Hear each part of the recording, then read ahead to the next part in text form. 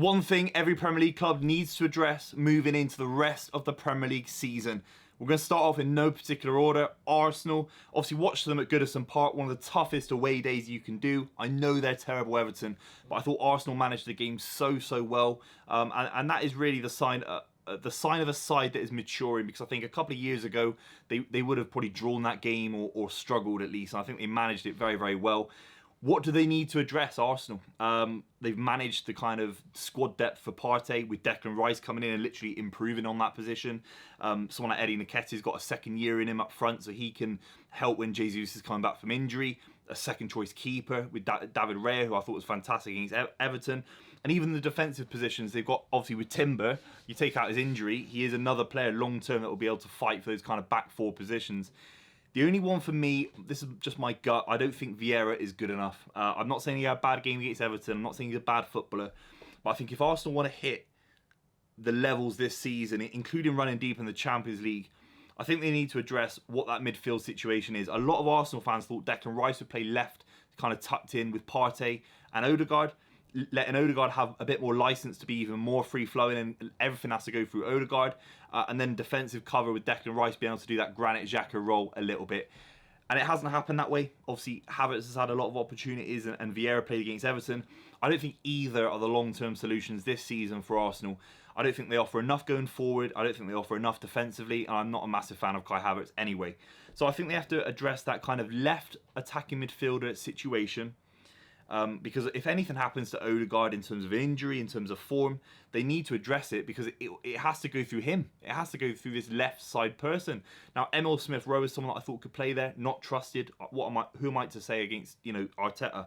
But I think they have to figure it out, and maybe it is Declan Rice in a more advanced position when Thomas Partey is injured.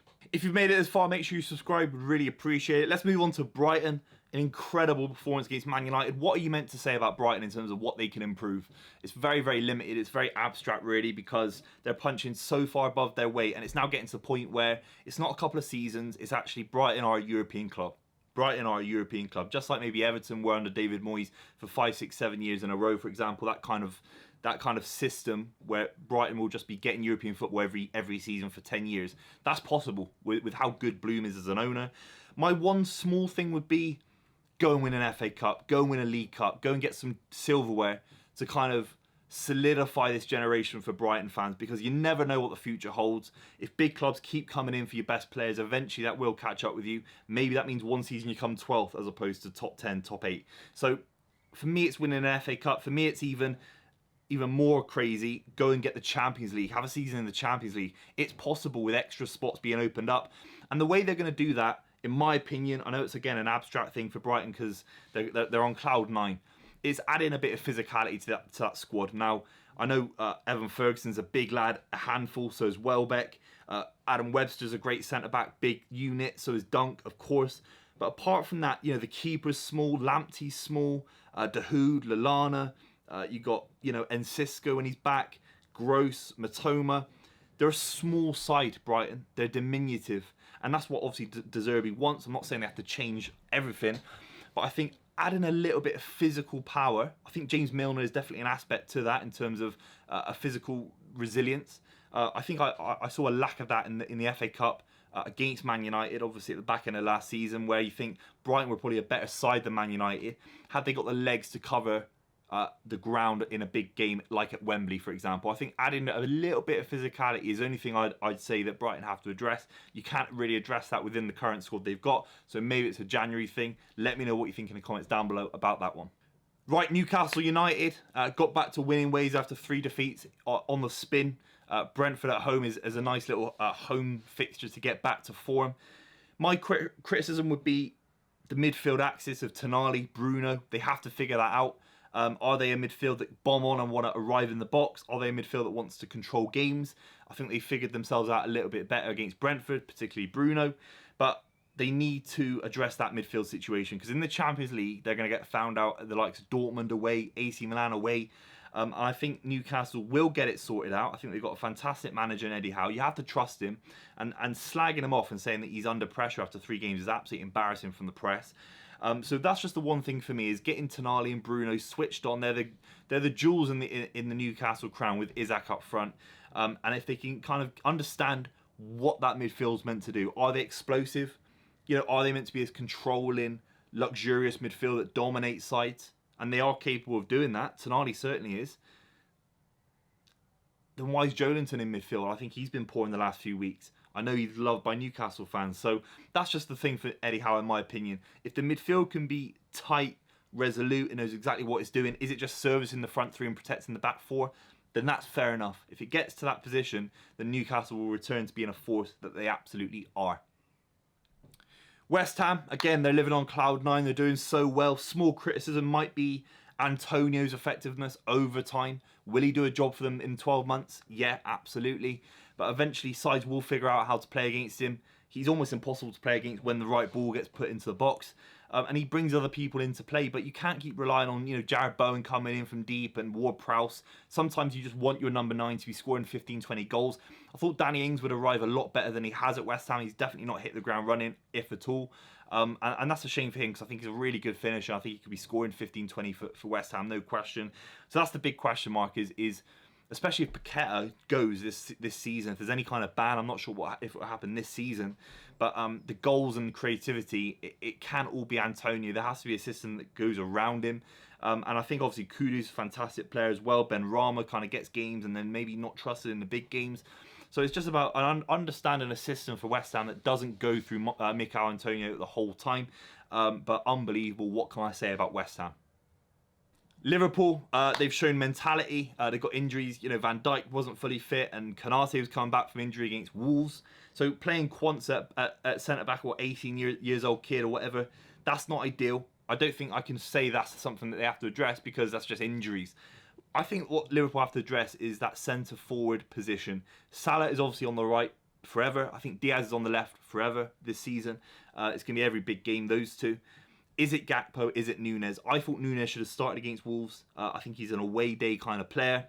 And Gakpo obviously did score, but he missed 2, 3, 4 big chances. And that will cost Liverpool, especially if Liverpool fans and Liverpool themselves think they're going to win the Premier League this season, or at least push number 2, number 3 position. And I think Gakpo missing the kind of chance he did was a bit of a wake-up call for me, that maybe Gakpo isn't that kind of player. He hit the ground running when he came. The money they've spent on him, fantastic. He's a great player. I don't think Jota's that player. I don't think Gakpo is. It's probably just Nunes. Putting a lot of focus on Nunes, getting him fit and firing, and then suddenly a front three of Diaz, Nunes and Salah all fit and firing. Scary for the rest of the league. So for me, it's about that kind of understanding. Gakpo, Nunes, who is it up front, and what are they trying to play down the middle. If they can get that player to scoring 20, 25 goals, Liverpool will be winning Champions League with that front three. That's the reality of the situation. Obviously not this season, but long term, they'll be a major, major force. On to Man United, a national embarrassment, a disgrace, if you ask me. I think Ten Hag's got to look at a lot of issues within that squad. I think he is culpable for the mentality that some of these players are taking on. Martinez diving at things, Casemiro hoofing it out of play. That is down to coaching. That's down to the coach saying he wants a certain kind of football that isn't quite deliverable with the players on hand for Man United. They need to get Amrabat in the squad. That's probably the one for me. They got so much defensive spaces and lapses in concentration in the midfield area. We saw Pascal Gross running through the middle of the park for Man United. Brighton were knocking it around. They got no core. They got no spine. Martinez is your spine. Onana is your spine. A young Højlund is your spine. How's this happened at Man United? There's no experience there. Martinez is meant to have experience. I don't think he's got any. But Amrabat does. And I think he's the kind of player that will hit the ground running. I think he's built for the Premier League. He's a massive unit. For me, get Amrabat in. Him and Casemiro as a base. Shore up the back four. Stop conceding goals. And then let Rashford hit on the counter. Then let Garnacho play. But it's not working. When Man United are on the ball, they're sluggish, they're slow, things are coming off people's shins. I think they have to kind of start again and start defensively with Amrabat. On to Fulham. This is again another one of those where I think they're doing really, really well without Mitrovic. Made a load of money on that guy. Kept Silva. They got Vinicius scoring against Luton. They got Raul Jimenez. I thought Iwobi's a fantastic addition. Adds so much energy and he'll add goals to their midfield. that is the one criticism for me. I think defensively they'll be resolute. They've got a great defensive record. I really like, their keeper Leno and everything about Fulham defensively. It is that kind of Jimenez, Vinicius. How many goals will they get in the league? I think if Silva does go, Fulham have to address that situation, because you can bring in a B-list manager that isn't as good as Marco Silva and rely on someone to get 15, 20 goals. It's not easy in modern day to find a striker like that, but I don't think Jimenez is the answer for Fulham long term. I don't think Vinicius is. I think he looks better. Maybe it is about building around Vinicius and getting him to that level, as opposed to signing anyone. But I think it's that kind of the instant goal scoring threat for Fulham. Where is it? You have to let me know. Crystal Palace, very short. Unlucky against Villa. Obviously went 1-0 up. Roy Hodgson was ill. I think the one thing Palace have to change is Roy Hodgson's ability to not be ill. They have to give this guy Lemsip every morning and pray to God he don't get ill, because he's obviously at a certain age, with all due respect. And without him, you do feel they lack a little bit of presence. What can I say? I think they've got a decent squad. Rob Holding didn't quite feature against Aston Villa, kind of on the bench. They need to get someone like him in. But it's all about Roy Hodgson for Palace. The longer he stays, the longer they stay up. They're at risk as soon as he goes. But if this was an ownership video about what the owners should do, then obviously Parish needs to be looking at a long-term successor, like Brighton did with Potter. They instantly went for De Zerbi. Why aren't Palace able to operate in the same kind of way? Not for De Zerbi's level, but someone that is akin to Crystal Palace kind of football. That's just my opinion. Keeping Roy Hodgson on the Lemsips is one thing they need to change. Everton, these guys are in a world of pain. And it's sad because they're an institution in English football. Obviously, one of the most successful sides, top 10 successful sides in this country. So it's a real shame what's happening with the ownership. The one thing I'd change on the football pitch is freeing up Decore. I know it's a limited thing to sort of say. Dwight McNeil popped up with 7 goals last season, high score for Everton. If he can get 7 goals, Decore can definitely get more. Onana behind him. So, you can definitely add, and address Gay as well. So they've got protection for Onana. They've got protection for Decore. So can they get a Decore further up the field? A bit like the goal he scored final day of the season last season. Because Calvert-Lewin looks rough. He looks rusty. He's always injured. Beto, we don't know. So Decore is the one that is proven to score goals in the Premier League in terms of from a midfielder for Watford and Everton. He's got a decent record. I think build around him. And I think Everton have surely got more than enough to stay up. Burnley, they've played a few games less, of course. They've got Monday Night Football tonight. I think they're in a world of pain. Their squad is so young, so championship heavy. Lyle Foster up front, they need to get goals out of him, for example. Apart from that, I'm not seeing, they're still playing Goodmanson as a midfielder. They got a lack of options, Burnley. I think these guys are getting relegated. I don't actually know what they can change. I think they have to get more out of Company to get more out of these players. They have to hope that Company can find a tune for the Fosters of the world. I think they're really going to struggle. At least they got a good long-term keeper. At least they got a decent kind of back four, I think. But apart from that, the kind of midfield to forward options, I can't even think. Sitting here, doing the research for Burnley, I don't see anything that can change. Except Vincent Kompany finding a bit of weight, a bit of gravity to what he's doing. Maybe it's dropping. I think he played 2 strikers in the last game. I think he needs to get into a back four, 5 midfield, 1 up front, keep it real tight. Maybe Kompany's just got to go back to Sean Dyche Burnley. That's the reality. Otherwise, he might actually lose his job, and that kind of promise that he has as a young manager might be gone in the wind. Man City is hard, top of the league, dominating, undefeated, looking like the side that could really go on to special things again this season. I'm not trying to be cocky. One thing I'd change, I think the midfield situation for Phil Foden is an issue. Bernardo Silva was fantastic against West Ham. De Bruyne's injured. Rodri is exceptional. There has to be a little bit more understanding of who can play in that position. Can Calvin Phillips get some minutes in the League Cup, in the FA Cup, in the Champions League? If he's not trusted, that's obviously heartbreaking for him. But the kind of axis of Phil Foden, can he play in Ilkay Gundogan's role or not? Mateus Nunes came in, obviously only had 20 odd minutes against West Ham. He looked like a floater to me, and obviously Guardiola's come out and said that he's a kind of, he can play anywhere, left back, right wing. I'm not a fan of that. I want my midfielders to just be quality midfielders. So will he even play in that role? The Ilkay Gundogan role? I'm not so sure. So sorting that out for me long term, because again, eventually Liverpool, Arsenal, these top sides will bypass the issues in the City side. I don't think there are issues in the back four, in the keeper, in Haaland, of course not. But that little midfield of how it services Haaland will be a bit of an issue in the big games, in the title deciding games. That De Bruyne, when he's back, of course, isn't an issue. Do you play Bernardo? Do you just play Bernardo Silva? Do you play Rodri every game, Bernardo every game, De Bruyne every game, and then you have Doku, Grealish, Alvarez mixing and matching around them? Maybe that's the answer. But I like Bernardo Silva on the right wing. So it's that kind of the attacking midfielder system. Who plays there? Who doesn't? That's the one thing City have to address. Sheffield United played well, admirably against Spurs. I don't think they've got enough quality at the back. Playing back fives and still conceding a lot of goals. They signed James McAtee on loan. Give him the freedom. Like, Hamer's great as well. Scored a great goal at Spurs, and he was fantastic for Coventry last season.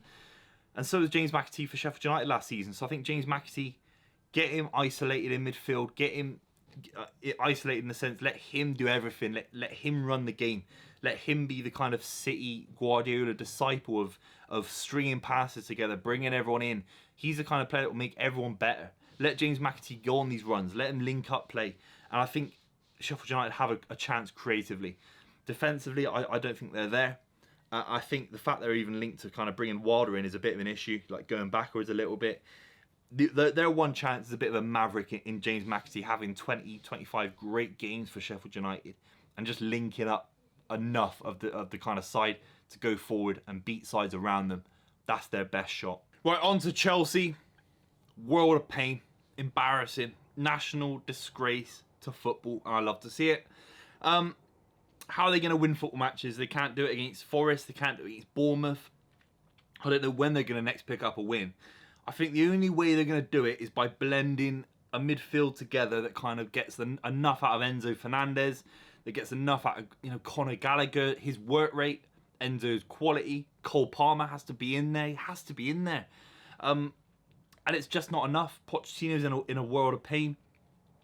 For me, it's just saying, right, Conor Gallagher is now a defensive midfielder. That's what I want him to do. At points against Bournemouth, he was bombing on a little bit. At points, it was the young kid. I can't even pronounce his name. I don't even know it well enough. I don't want to butcher it. Caicedo, when he comes back, will give them a level of stability. Is it enough? I don't think it is. But then I think it's Conor Gallagher, Enzo Fernandez just off of him, and then Caicedo's a 3. And then bring in Cole Palmer in the second half of games, and then maybe get him to start games instead of Conor Gallagher. That kind of midfielder, it papers over the cracks where they should be beating Bournemouth. But Cole Palmer not starting against these lot. He should have started against Bournemouth. How is he not starting this game? He would have picked up the ball, brought in Sterling, brought in Mudryk, created chances himself, great finish on him, big opportunity, and he's made this big move. He's put a lot of his eggs into the Chelsea basket in his career. And he's not trusted to play against Bournemouth. It's absolutely mental. And maybe it says a lot about what Man City thought about him. But that kind of midfielder, bringing him into the fold, is the only thing I can think of that Chelsea needs to change. But trust me, I'll be doing an hour-long video. If you want to watch that, you have to subscribe. An hour-long video, a 10-hour video of everything Chelsea need to change. It's embarrassing. Luton Town, these lot are in a world of pain. The one thing I can think is build around Morris. Morris has had chances in the league.